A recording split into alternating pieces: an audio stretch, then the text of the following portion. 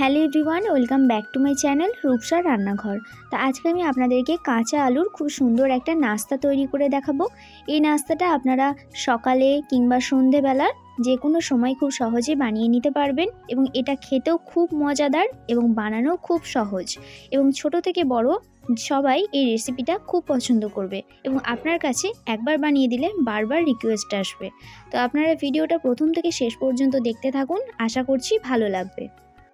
তো এই রেসিপিটা তৈরি করার জন্য প্রথমে এখানে আমি নিয়েছি বড় সাইজের দুটো কাঁচা আলু এবং আলুর খোসাগুলোকে আমি ছাড়িয়ে নিয়েছি। তো আলুগুলোকে আমি জল পাল্টে 2 থেকে 3 বার ধুয়ে নিয়েছি। এখন আমি আলুগুলোকে সিদ্ধ করে নেব। তো দেখুন বন্ধুরা, এখানে কিন্তু আলুগুলোকে আমি সিদ্ধ করে নিয়েছি।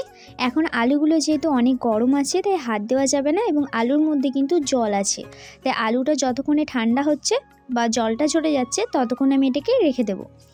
এরপর এখানে আমি নিয়েছি কিছু ম্যাগি। এই ম্যাগিগুলোকে আমি হাত দিয়ে একটু গুঁড়ো গুঁড়ো করে নিয়েছি, কারণ এটা একটু গুঁড়ো গুঁড়ো করে নিতে হবে।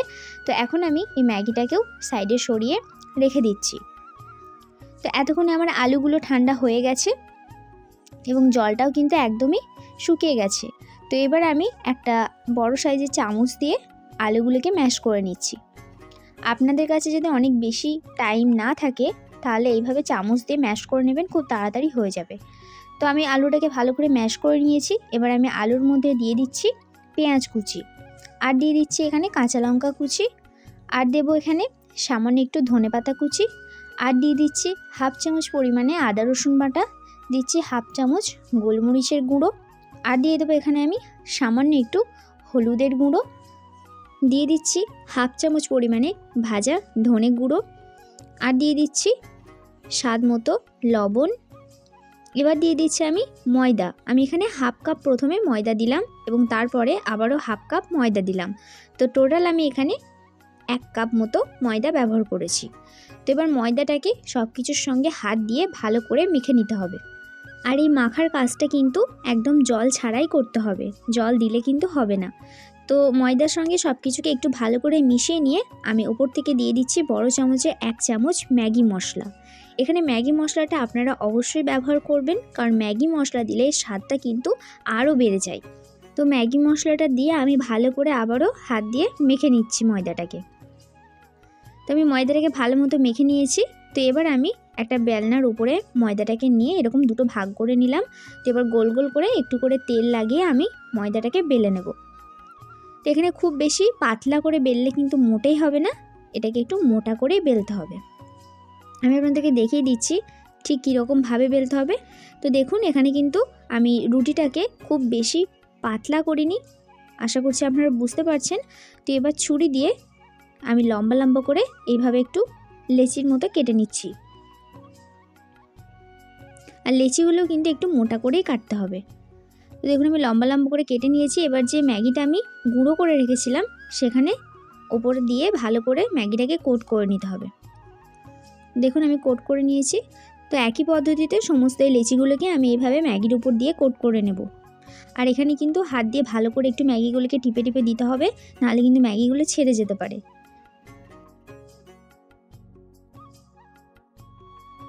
তো দেখুন বন্ধুরা, এখানে আমি সমস্ত লেচিগুলোকে কিন্তু এইভাবে কোট করে নিয়েছি ম্যাগির সঙ্গে। তো এবার এগুলোকে ভেজে নিতে হবে। তো তার জন্য আমি কড়ার মধ্যে বসিয়ে দিয়েছি তেল। এবার তেলটা খুব ভালো করে যখন গরম হয়ে যাবে তখন গ্যাসটাকে হাই ফ্লেমে রেখে এগুলোকে ভেজে নিতে হবে। আর এখানে কিন্তু সবগুলো একসঙ্গে মোটে দেওয়া যাবে না, কারণ সবগুলো যদি একসঙ্গে দেওয়া হয় তাহলে কিন্তু এগুলো ছেড়ে যেতে পারে। তাই অল্প অল্প করে দিয়ে ভেজে নিতে হবে। আর এইগুলোকে কিন্তু ততক্ষণই ভাজতে হবে যতক্ষণ না এর কালারটা একটু ব্রাউন হয়ে আসছে। এর কালারটা যখন একটু ব্রাউন হয়ে আসবে ঠিক এইরকম, তখনই বুঝে নেবেন যে এগুলো ভাজা হয়ে গেছে। তো এবার আমি এগুলোকে তুলে নিচ্ছি একটা প্লেটের মধ্যে।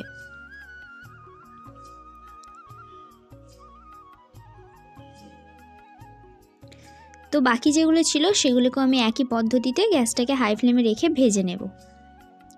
বন্ধুরা, এটা অবশ্যই আপনারা বাড়িতে একবার ট্রাই করবেন। এটা বানানোও কিন্তু খুব সহজ, অল্প উপকরণ দিয়েই হয়ে যায় এবং খেতেও কিন্তু অসাধারণ সুন্দর। আপনারা একবার না বানিয়ে খেলে বুঝতেই পারবেন না যে স্বাদটা কতটা সুন্দর। তো দেখুন আমার কিন্তু কথা বলতে বলতে সবগুলো নাস্তায় ভাজা হয়ে গেল। তো এবার আমি এটাকে একটা প্লেটের মধ্যে সার্ভ করে নিয়েছি। এই যে দেখুন কতটা সুন্দর লাগছে। আর এটা কিন্তু টমেটো সসের সাথে খেতেও অসাধারণ সুন্দর লাগে। তো এই নাস্তাটার কি নাম দেওয়া যায় সেটা আমাকে অবশ্যই আপনারা কমেন্ট করে জানাবেন। নাস্তাটা খুব সুন্দর খেতে, মুখে দিলেই একদম মিলিয়ে যাবে। এবং বাড়িতে যদি হঠাৎ কোনো অতিথি আসে আপনারা এটা বানিয়ে দিতে পারেন, তারা কিন্তু আপনার অনেক প্রশংসা করবে। তো আশা করছি আজকের ভিডিওটা আপনাদের ভালো লেগেছে। ভালো লাগলে অবশ্যই লাইক, কমেন্ট, শেয়ার করে দেবেন এবং চ্যানেলটিকে অবশ্যই সাবস্ক্রাইব করে আমার পাশে থাকবেন। তো আজকে এখানেই শেষ করছি, আবার দেখা হবে অন্য কোনো নতুন রেসিপির সঙ্গে।